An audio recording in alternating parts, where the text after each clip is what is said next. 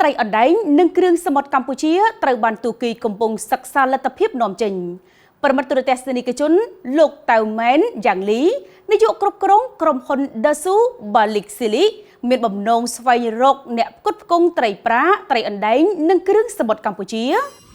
ដើម្បីសិក្សាលទ្ធភាពនៃការនាំចេញទៅផ្គត់ផ្គង់តម្រូវការទីផ្សារនៅប្រទេសទូគីយេការបង្ហាញចំណាប់អារម្មណ៍បែបនេះក្នុងពេលលោកតៅម៉ែនយ៉ាងលីនិងសហការីជួបពិភាក្សាការងារជាមួយលោកកៅប៊ុនថេងអនុពន្ធពាណិជ្ជកម្មប្រចាំសាធារណរដ្ឋទូគីជាមួយគ្នានេះលោកអនុពន្ធពាណិជ្ជកម្មបានចែករំលែកជូននៅព័ត៌មានទំនាក់ទំនងរបស់ក្រុមហ៊ុនសហគ្រាសនិងកសិដ្ឋាននៅកម្ពុជាដែលជាអ្នកចិញ្ចឹមនិងកែច្នៃត្រីដើម្បីឲ្យក្រុមហ៊ុន Dasu Balik Sili អាចទំនាក់ទំនងនិងសិក្សាលទ្ធភាពក្នុងការធ្វើពាណិជ្ជកម្មលើផលិតផលត្រីនិងគ្រឿងសមុទ្រនាពេលខាងមុខទន្ទឹមនឹងនេះលោកអនុពន្ធពាណិជ្ជកម្មក៏បានជម្រាបជូនដល់លោកតៅម៉ែនយ៉ាងលីអំពីស្ថានភាពនៃការផលិតត្រីនិងនាំចេញត្រីនៅកម្ពុជា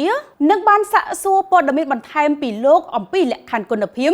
បរិមាណប៉ាន់ស្មានសម្រាប់តម្រូវការនាំចេញនៃការផ្គត់ផ្គង់និងលក្ខខណ្ឌតម្រូវមួយចំនួនទៀតផង